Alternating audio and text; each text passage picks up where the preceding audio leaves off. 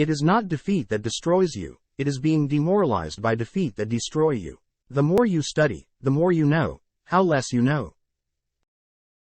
Lack of rule of law is the main reason Pakistan could not join the ranks of progressive nations. Holy Prophet PBUH promulgated a justice system regardless of status of people, yet in Pak the powerful easily escapes. When you remove the concept of reward and punishment on merit, the result is the utter destruction of social fabric. I want you all to stand like the Muslims who stood with La ilaha illallah for truth and right. Ethnic-based politics is being used to exhort people to serve own ends. This is anathema to concept of nationalism. Good deeds must be rewarded by the system and crimes be punished. This is the essence of meritocracy. Prophet, PBUH, considered the ink of a scholar to be holier than the blood of a martyr.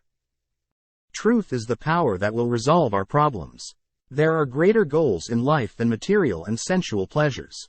My Pakistanis, you have not left me alone, and I promise, I will never leave you alone, inshallah.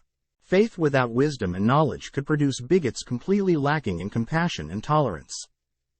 There is so much debate about moderate and radical Islam, but there is only one Islam.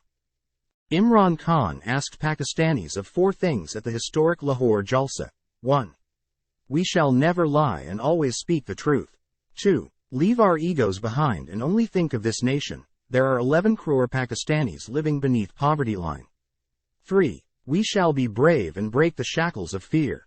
4. We have to bring justice to this society. Even if our friends and relatives do injustice, we shall be fair and bring them to justice. The war on terror is the most insane and immoral war of all time. The Americans are doing what they did in Vietnam, bombing villages. But how can a civilized nation do this? How can you eliminate suspects, their wives, their children, their families, their neighbors? How can you justify this?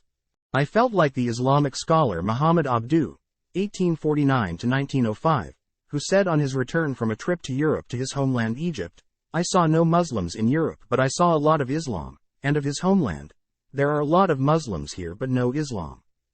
When I was older, I found Iqbal's work hugely inspirational.